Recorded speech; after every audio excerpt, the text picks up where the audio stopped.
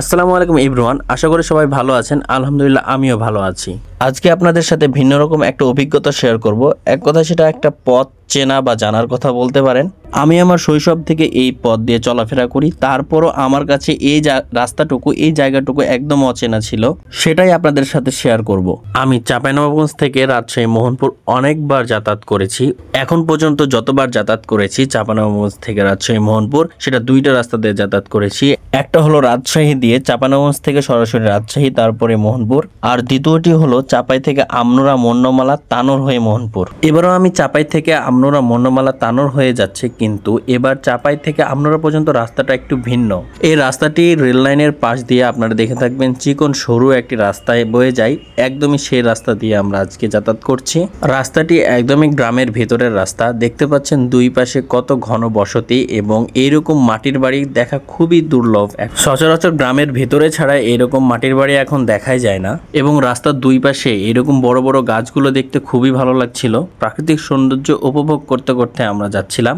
আমনুরা তানোরের রাস্তাটা একদমই গ্রামীণ পরিবেশের মতো, কিন্তু এই রাস্তাটা তার থেকেও বেশি গ্রামীণ মনে হয়েছে আমার কাছে। আর সেজন্যই ভিডিওর শুরুতে আমি আপনাদেরকে বলেছিলাম নতুন একটা অভিজ্ঞতা এবং নতুন একটা রাস্তার পরিচিতি সম্পর্কে জানলাম। আমরা এখন আমনুরা রেল স্টেশন ক্রসিং করে আমনুরা মেন বাজারের দিকে যাচ্ছি। মূলত আমনুরা বাজার থেকে আবার শুরু হয়ে যাবে সেই চিরচেনা আগের রাস্তা দিয়ে পথ চলা। প্রাকৃতিক সৌন্দর্য উপভোগ করতে করতে আমরা চলে আসলাম আমনুরা বাজারে। আমরা আমনুরা বাজার থেকে ডান দিকে চলে গেলাম মন্নমালার রাস্তায়। আর বরেন্দ্র এলাকার রাস্তার দুই পাশে তালের গাছ থাকবে না তা কি কখনো হয় নাকি? আসলে এই তালের গাছগুলো তানোরের রাস্তায়। তানোরের এই নদীটা দেখতে পাচ্ছেন, এখানে একটা ব্রিজ আছে, আর এই নদীর পাশে ছোট্ট করে কিছু কিছু স্পট বানানো আছে, যে পার্কের মতো যেটা বলা হয়। আর দেখতে পাচ্ছেন এটা হলো তানোরের ব্রিজ। আর এখানে বিকেল বেলায় অনেক লোকজনের ভিড় হয়, অনেক কাপল এবং অনেক ছেলেমেয়েরা এখানে ঘুরতে আসে। ব্রিজটা রাস্তা থেকে অনেকটা উঁচু, আর ব্রিজের উপরে উঠলে এখান থেকে অনেক সুন্দরভাবে চারপাশটা দেখা যায়। নদীটা খুব সুন্দরভাবে উপভোগ করা যায়। এখন বর্ষার সময় হওয়ার কারণে নদীটাতে একদম ভরপুর পানি। ব্রিজের উপরে এত ফুচকার দোকান, মনে হয় ব্রিজটা এই ফুচকার দোকানের জন্যই বানানো হয়েছে। আসলে এই ব্রিজের নাম দেওয়া দরকার ছিল ফুচকা ব্রিজ। যাই হোক, ব্রিজটি তৈরি করার সময় হয়তো ভাবিনি এটি ফুচকা ব্রিজ নামে আখ্যায়িত পাবে।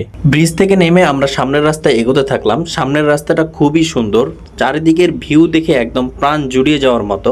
আপনারা দেখতে পাচ্ছেন কি সুন্দর একটা দৃশ্য।